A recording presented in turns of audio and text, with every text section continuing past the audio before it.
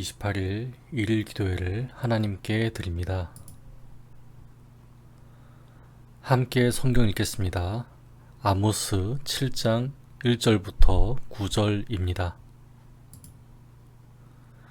주 여호와께서 내게 보이신 것이 이러하니라. 왕이 풀을 벤 후 풀이 다시 움돋기 시작할 때에 주께서 메뚜기를 지으시매 메뚜기가 땅의 풀을 다 먹은지라.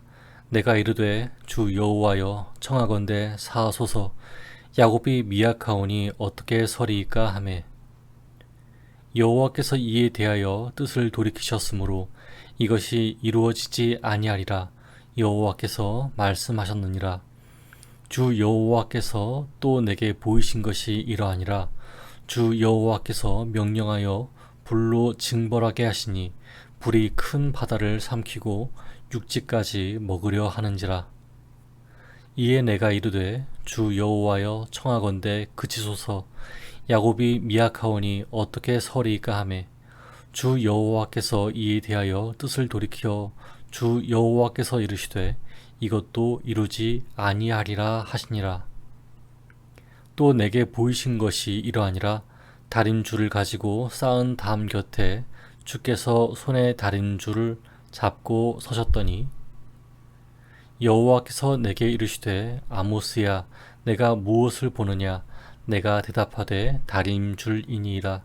주께서 이르시되 내가 다림줄을 내 백성 이스라엘 가운데 두고 다시는 용서하지 아니하리니 이삭의 산당들이 황폐되며 이스라엘의 성소들이 파괴될 것이라.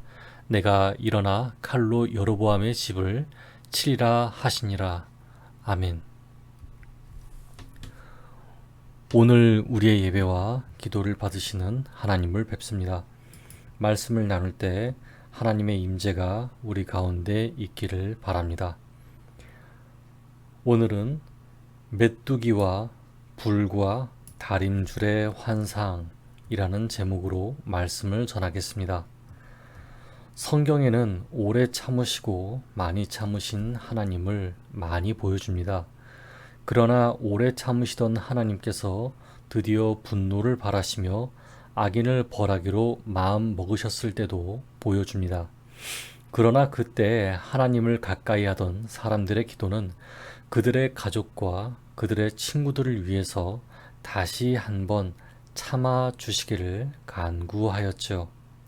대표적인 예로 아브라함이 소돔과 고모라에 살고 있는 조카 롯을 살리기 위해서 하나님께 5번이나 간구하는 모습이 회상되지 않습니까? 하나님께서는 오늘 아모스 7장 1절부터 10절을 통해 그러한 간구하는 기도에 하나님 자신이 어떻게 응답하시는지 그리고 이후에 어떻게 행동하시는지 알려주십니다. 아모스는 하나님이 보여주신 환상을 보았습니다. 그 환상은 어떤 환상입니까? 1절과 2절 앞부분을 읽어보겠습니다. 주 여호와께서 내게 보이신 것이 이러하니라. 왕이 풀을 벤 후 풀이 다시 움돋기 시작할 때 주께서 메뚜기를 지으심에 메뚜기가 땅의 풀을 다 먹은지라. 이 본문에서 한 시기가 나타납니다. 그 시기는 왕이 풀을 풍성히 베고 계속해서 풀이 푸르게 움돋기 시작할 때입니다. 이는 이스라엘이 가장 강력한 힘을 행사하고 있을 때를 의미합니다. 풀은 곡식을 의미합니다. 그 중에서도 3월이나 4월에 내리는 늦은 비를 맞고 자라는 곡식을 의미하지요. 그러므로 왕이 풀을 풍성히 벤다는 것은 왕이 가을에 자란 첫 곡식을 세금으로 거둔다는 표현입니다. 이후 다시 풀이 푸르게 움돋는 시기가 옵니다. 이는 이듬해 봄에 곡식이 늦은 비를 맞고 자랄 때를 뜻하죠. 이때 자라난 곡식은 드디어 가난한 소작농들의 식물이 되며 유일한 생계수단이 되었습니다. 그런데 이때 그 생계수단을 위협하는 존재가 나타납니다. 그것은 메뚜기입니다. 메뚜기가 와서 모든 것을 먹어버리는 때는 이스라엘의 왕과 권력자들이 가장 강력한 힘을 행사하고 있을 때인 동시에 소작농들이 굶고 있는 상태를 말합니다. 이때 왕과 권력자, 소작농들을 포함한 국가적 재난이 하나님으로부터 쏟아질 것을 의미합니다. 아모스는 이러한 재앙을 내리실 하나님께 간구합니다. 2절입니다. 메뚜기가 땅의 풀을 다 먹은지라 내가 이르되 주 여호와여 청하건대 사소서 야곱이 미약하오니 어떻게 서리이까 하매. 아멘. 아모스는 환상 속에서도 하나님 앞에 이스라엘 백성들의 어리석음을 한 번 더 용서해 달라고 간구합니다. 아모스는 하나님께서 오래 참으시는 분임을 알았습니다. 그러나 한 번 더 간구합니다. 그러자 하나님께서 어떻게 하셨습니까? 3절입니다. 여호와께서 이에 대하여 뜻을 돌이키셨으므로 이것이 이루어지지 아니하리라 여호와께서 말씀하셨느니라. 아멘. 응답하신 하나님께서 또 다른 환상을 아모스에게 보여주십니다. 주 여호와께서 또 내게 보이신 것이 이러하니라. 주 여호와께서 명령하여 불로 징벌하게 하시니 불이 큰 바다를 삼키고 육지까지 먹으려 하는지라. 아멘. 이 구절에서 나오는 불은 결코 작은 불이 아닙니다. 바다의 깊은 곳, 불이 큰 바다를 삼켰다고 하는 표현이 바로 이 표현입니다. 바다의 깊은 곳까지 삼킨다는 표현입니다. 사람이 닿을 수 없는 곳입니다. 마치 화산이 바다에서부터 터졌을 때 용암이 분출하는 장면을 연상하게 하죠. 그 바다 깊은 곳에서부터 시작된 불이 육지까지 먹는다는 표현은 재난 중에 재난이 아닐 수 없습니다. 어쩌면 메뚜기 재앙보다 더 크고 극심한 재앙입니다. 아모스는 또다시 하나님께 애원합니다. 이에 내가 이르되 주 여호와여 청하건대 그치소서 야곱이 미약하오니 어떻게 서리이까 하매. 아멘. 그랬더니 하나님께서 어떻게 응답하십니까? 뜻을 돌이켜 이것도 이루지 아니하리라 하셨습니다. 여러분, 하나님께서는 아모스의 기도에 응답하셨습니다. 비록 하나님 앞에서 정죄받은 개인이나 국가라 할지라도 하나님과 끊임없이 대화하는 지도자들과 시민들이 각성하여 하나님께 진정으로 중보의 기도를 드리면 하나님께서 그들의 기도를 들으시고 재난을 보류하시지 않겠습니까? 우리는 이를 통해 하나님께서는 그의 백성들의 죄에 대한 형벌을 계획하셨다가도 그들이 다시 한번 회개한 삶을 살아갈 수 있도록 기회를 주시는 은혜가 많으신 분이라는 점을 알게 됩니다. 그러나 본문이 말하는 것이 과연 이것뿐일까요? 7절과 8절을 읽어보겠습니다. 또 내게 보이신 것이 이러하니라. 다림줄을 가지고 쌓은 담 곁에 주께서 손에 다림줄을 잡고 서셨더니 여호와께서 내게 이르시되 아모스야 내가 무엇을 보느냐. 내가 대답하되 다림줄이니이다. 주께서 이르시되 내가 다림줄을 내 백성 이스라엘 가운데 두고 다시는 용서하지 아니하리니. 아멘. 여기서 말하는 다림줄은 벽돌을 쌓을 때 수직으로 잘 쌓았는지 측정해 보는 추가 달린 기구입니다. 다림줄은 하나님의 손에 붙들려 있습니다. 다림줄을 대시는 것은 이스라엘의 행위를 하나하나 판단하시고 그 결과에 따라 하실 일을 결정하겠다는 뜻입니다. 그러나 이스라엘은 전혀 변화를 보이지 않았습니다.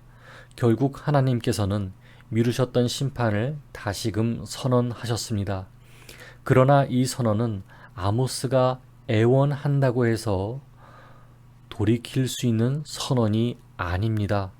다시는 용서하지 아니하리라 하는 메시지입니다. 즉, 죄악을 저지른 개인과 국가가 그 죄를 회개하지도 않고 반복적으로 죄악을 저지르니 더 이상 판결을 미룰 수가 없다는 말입니다. 이미 판사의 입에서 판결이 났으므로 더 이상 그 형벌을 돌이킬 수 없다는 말이지요. 여러분, 이 본문이 우리에게 주는 교훈은 무엇입니까? 우리의 애원하는 기도로 인해 사람들과 국가에게 떨어질 형벌이 미뤄지고 다시 기회를 얻게 될 것을 말하고 있습니까? 그렇습니다. 우리의 간구로 인해 형벌 받을 사람이 다시 기회를 얻을 것입니다. 그러나 여러분, 하나님은 사랑의 하나님인 동시에 공의의 하나님이십니다. 기회가 주어져도 또다시 악행을 저지를 때 그것은 기도로도 할 수 없고 애원으로도 할 수 없습니다. 우리에게 주어진 기회, 지금 살아있는 것이 아니겠습니까? 언제 죽을지 모르기에 회개하는 삶을 살아야 하는 것이 아니겠습니까? 여러분, 잘못된 길에서 돌아선 타인을 위해서 기도하십니까? 잘 하고 계십니다. 잘못된 길에서 돌아선 분이 계십니까? 정말 잘 하셨습니다. 우리 모두 하나님 앞에서 온전한 삶 살려고 노력하는 저와 여러분 되기를 바랍니다. 그러므로 오늘은 이렇게 기도했으면 좋겠습니다. 첫째, 비록 원수라고 하더라도 그 사람이 돌이키고 새 삶을 얻을 수 있게 되기를 기도합시다. 둘째, 자신 또한 하나님 앞에 어떤 사람인지 깨닫게 해주시고 회개의 삶을 살게 되도록 해달라고 기도합시다. 함께 기도하겠습니다.